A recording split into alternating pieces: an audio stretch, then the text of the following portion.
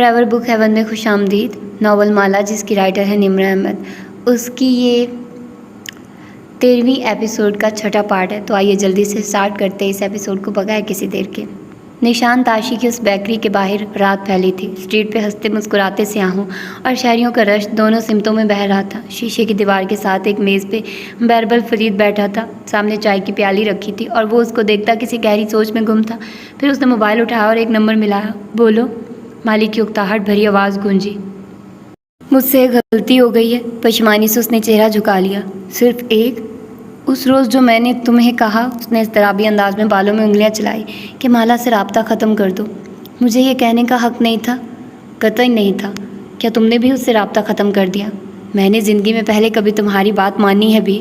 بیربل بے ساختہ مسکرا دیا. بہت سا بوجھ کندھوں سے ہٹا. ہمیں اس کو اکیلے نہیں چھوڑنا چاہیے تھا. کیا وہ ٹھیک ہے؟ شاید. بیربل کی مسکراہٹ ہلکی ہوئی. اس نے بے چینی سے پہلو بدلا. کیا مطلب شاید؟ اسے میری صاف کوئی پسند نہیں آئی. وہ ابھی اپنے شوہر سے علیحدہ ہونے کے لیے تیار نہیں ہے. کیا اس کی عقل ابھی تک واپس نہیں آئی؟ بیربل کو غصہ آنے لگا. اس کا شوہر ایک سرٹیفائیڈ قاتل ہے. وہ اسے بھی نقصان پہنچا سکتا ہے. تو میں اور تم کیا کر لیں گے؟ بیربل نے حیرت سے فون کو گھورا. ہمیں اس کی مدد کرنی چاہیے. میرا خیال تھا تمہیں اپنے روبوٹ دل کے باوجود مالا کی پرواہ ہے. تم فلمیں دیکھنے کے شوقین ہو بیربل، اور میں فلمیں نہیں دیکھتا. میں تمہیں اب وہ سچائی بتاتا ہوں جو اس دنیا میں ازل سے ابد تک رہے گی. تم فلمیں دیکھنے کے شوقین ہو بیربل، اور میں فلمیں نہیں دیکھتا. اس کی آنکھیں بہت بوجھل تھی، جیسے ان پہ منو وزن ہو. مالا نے پلکیں جھپکائی. ایک نیم تاریک چھت دکھائی تھی. فالس سیلنگ، اسپاٹ لائٹس جو بجھی ہوئی تھی. منظر دھندلا سا تھا. میں تمہیں اب وہ سچائی بتاتا ہوں جو اس دنیا میں ازل سے ابد تک رہے گی. وہ کونی کا سہارا لیے اٹھی. لبوں سے کرا نکلی. وہ کسی سخت شے کے اوپر لیٹی تھی یا شاید بیٹھی تھی. اس نے ہاتھ سے ٹٹولا. آنکھیں بار بار بند ہو رہی تھی. شاید کسی دوا کا اثر تھا. وہ کہاں تھی؟ اور وہ سچائی یہ ہے کہ کوئی کسی کو نہیں بچا سکتا. ہر انسان نے خود کو خود بچانا ہوتا ہے. اس نے دائیں بائیں دیکھا. گردن موڑنے سے درد کرتی تھی. اس کے نیچے قالین تھا اور وہ دیوار کے کونے میں بیٹھی تھی، شاید جیسے گری ہوئی تھی. بدقت وہ سیدھی ہوئی. گہرے گہرے سانس لیے. تم اس کو نہیں بچا سکتے. نہ میں اس کو بچا سکتا ہوں. یہ کون سی جگہ تھی؟ وہ اس قالین کو پہچانتی تھی. وہ اس فال سیلنگ والی چھت کو پہچانتی تھی. یہ اس کا اپارٹمنٹ تھا، جدہ والا اپارٹمنٹ. ہمارے غلط فیصلے اور ہر بار ریڈ فلیگز نظر انداز کرنا بعض دفعہ ہمیں ایسے گڑھے میں گرا دیتا ہے جس سے کوئی رہائی نہیں ہوتی. کشمالہ مبین چونک کے سیدھی ہوئی. دھندلی بصارت کے پار دیکھا. یہ کمرہ، یہ زیاد کا ہوم آفس تھا. وہ کمرہ جس میں زیاد سلطان اسے کبھی داخل نہیں ہونے دیتا تھا. وہ لڑائی ہر انسان کی اپنی لڑائی ہوتی ہے. اس گڑھے سے اسے خود نکلنا ہوتا ہے. وہاں ایک کونے میں بک شیلف رکھا تھا. سامنے ایک اسٹڈی ٹیبل اور اس کے ایک طرف کرسی. وہ اس کرسی پہ بیٹھا تھا، ٹانگ پہ ٹانگ جمائے. وہ اسے دیکھ رہا تھا. مالا کے حلق میں کچھ اٹکا. آپ کسی عورت کو اس کے ٹاکسک شادی سے نہیں نکال سکتے جب تک کہ وہ خود اس سے نہ نکلنا چاہے. اس نے پلکیں جھپکائی. منظر مزید واضح ہوا. وہ اسے دیکھ رہا تھا. اس کا چہرہ ویسا ہی تھا جیسا، لیکن آج کچھ بدلا ہوا تھا اس میں. آپ کسی مظلوم کو ظلم سے نہیں بچا سکتے جب تک وہ خود ظالم کا ہاتھ نہ روکے. وہ چہرہ آج خوبصورت نہیں تھا. وہ ایک عام سے انسان کا عام سا چہرہ تھا. ایک غصے بھرا چہرہ. اس کی آنکھیں سرخ ہو رہی تھی. اس کا دماغ دھیرے دھیرے جاگنے لگا. یہ اس دنیا کی تلخ سچائی ہے. یہاں کوئی کسی کو بچانے نہیں آتا. زیاد. حلق سے خراب گلے جیسی آواز نکلی. اس نے جواب نہیں دیا. وہ اسے اسی طرح دیکھتا رہا. ایک خوف سا مالا کو اپنی لپیٹ میں لینے لگا. میں تمہاری ماں کی لڑائی اس کے لیے نہیں لڑ سکتا تھا. نہ تم یا میں مالا کی لڑائی اس کے لیے لڑ سکتے ہیں. آپ مجھے یہاں کیوں لائے ہیں؟ اس نے بے یقینی سے دائیں بائیں دیکھا. وہ کمرے کے کونے میں گٹھری کی مانند بیٹھی تھی. بال چہرے کے گرد بکھرے تھے. سر کے پچھلے حصے میں گھومڑ سا بن گیا تھا جو مسلسل درد کر رہا تھا. گیس کرو مجھے کیا معلوم ہوا؟ زیاد کی تیز نظریں اس کے اندر تک اتر رہی تھی. اس کی آواز بھی اس کے چہرے جیسی بدلی ہوئی تھی. اس کے پاس بہت سے مواقع تھے اس گڑھے سے نکلنے کے لیے، لیکن مالک نے افسوس سے گہری سانس خارج کی. یہ اس کی اپنی چوائسیز ہیں. کیا تم اس کی مدد بھی نہیں کرو گے مالک؟ بیربل کو جیسے شکوہ سا ہوا. میں نیچے اسٹوریج لاکر روم تک گیا کچھ سامان اٹھانے. جانتی ہو میں نے وہاں کیا دیکھا؟ ایک سرد لہر کشمالہ کی ریڑھ کی ہڈی میں دوڑ گئی. اس کا سانس رکنے لگا. کروں گا، لیکن تب جب وہ اپنی مدد خود کرے گی۔ میں نے دیکھا کشمالا کہ وہاں سے ایک شاپر غائب ہے، تمہاری ماں کی فلیش لائٹس والا شاپر۔ وہ دھیرے سے اٹھا اور بے اختیار پیچھے ہونے لگی۔ آنکھوں میں خوف در آیا، ایک ایسا خوف جو قدرت نے ہر انسان، چرند پرند، حیوان کے اندر رکھا ہے۔ جب وہ کسی پریڈیٹر کو دیکھتا ہے تو ایسے ہی پیچھے کی طرف سمیٹتا ہے۔ اس کا ایک ہی مطلب ہے کہ کوئی وہاں آیا تھا۔ وہ قدم قدم چلتا قریب آ رہا تھا۔ مالا کا چہرہ خوف سے سفید پڑنے لگا۔ جو شخص خود اپنی مدد نہ کرے اس کی مدد خدا بھی نہیں کرتا۔ میں تو پھر ایک انسان ہوں۔ بہربل فرید خاموشی سے سنتا رہا۔ تمہاری فلموں میں ایسا ہوتا ہے بہربل کہ مظلوم کو بچانے کے لیے اس کی پرواہ کرنے والے سارے لوگ پہنچ جاتے ہیں۔ حقیقت میں ایسا ہوتا تو دنیا کی کوئی عورت فیمسائیڈ کا شکار ہو کے ماری نہ جاتی۔ کیا غلط آدمی سے شادی کرنا اتنا بڑا جرم ہے کہ اس کی ایسی بھیانک سزا ملے مالک؟ میں نے کہا نا، ہر فیصلہ مکمل درست یا مکمل غلط نہیں ہوتا، مگر ہر فیصلے کے ساتھ نتائج جڑے ہوتے ہیں اور ان کے نتائج کے ساتھ رہنا پڑتا ہے۔ قسمت۔ اس کا ایک ہی مطلب ہے کہ کوئی وہاں آیا تھا۔ وہ قدم قدم چلتا قریب آ رہا تھا۔ اس کا چہرہ خوف سے سفید پڑنے لگا۔ زیاد میں آواز لڑکھڑا گئی۔ جسم ایسے مفلوج تھا جیسے کبھی ہل نہ سکے گا۔ تم نے واقعی سوچا تھا کشمالا مبین کہ تم میری جاسوسی کرو گی اور مجھے معلوم نہیں ہوگا؟ وہ عین اس کے سامنے آ رکا۔ وہ بنا پلک جھپکائے اسے دیکھ رہی تھی۔ کیا معلوم ہوا تمہیں اس سب سے؟ اس کی آنکھیں سرخ انگارہ ہو رہی تھی۔ کچھ نہیں، مجھے کچھ معلوم نہیں، وہ ہکلائی۔ زیاد نے آنکھیں بند کر کے ماتھے کو چھوا۔ وہ جان گیا تھا کہ وہ جان گئی ہے۔ زیاد، مجھے کچھ نہیں معلوم۔ خوف اس کے سارے وجود کو اپنی لپیٹ میں لے چکا تھا۔ اسے نہیں معلوم تھا کہ وہ کیا کہہ رہی ہے۔ میں نے تمہارے لیے کیا نہیں کیا؟ وہ اس کے سامنے پنجوں کے بل بیٹھا۔ اس کے چہرے پہ غصہ بھی تھا اور ملال بھی۔ یہ وہ آدمی نہیں تھا جس سے اس نے شادی کی تھی، یہ کوئی اور تھا۔ میں نے ہر نعمت تمہارے سامنے رکھی، تمہیں کام کرنے کی آزادی دی، تمہارے اوپر گھر کی ذمہ داریوں کا بوجھ نہیں ڈالا۔ میں اچھا شوہر بننا چاہتا تھا، لیکن تم… وہ گھرا رہا تھا۔ تم نے میری قدر نہیں کی۔ وہ بس ساکت سے اس کا چہرہ دیکھ رہی تھی۔ یہ وہ چہرہ نہیں تھا جس کو وہ پہچانتی تھی۔ میں تمہارے لیے اپنے ماں باپ سے دور آن بسا، تمہارے لیے میں نے سب کچھ چھوڑنا چاہا، لیکن تم نے میرے ساتھ کیا کیا؟ اس نے ایک دم پیچھے سے اس کی گردن دبوچ لی۔ مالا کے لبوں سے چیخ نکلی، لیکن چیخ کا گلا گھٹ گیا۔ اس نے اپنے دونوں ہاتھوں سے زیاد کا ہاتھ پکڑنا چاہا، لیکن اس کے ہاتھوں میں اتنی طاقت نہیں تھی۔ مرد اور عورت برابر پیدا نہیں کیے گئے۔ تمہاری ہر خواہش کے آگے میں نے سر جھکایا، لیکن تم نے کیا کیا؟ وہ اس کی گردن پیچھے سے دبوچے کہہ رہا تھا۔ گردن کے ساتھ بال بھی اس کی مٹھی کی گرفت میں تھے۔ زیاد، چھوڑو، مجھے تکلیف ہو رہی ہے۔ وہ کھانسی، اس کو سانس نہیں آ رہا تھا۔ تم نے سب کچھ بگاڑ دیا۔ تمہارے ذرا سے تجسس نے ہم دونوں کی زندگی برباد کر دی۔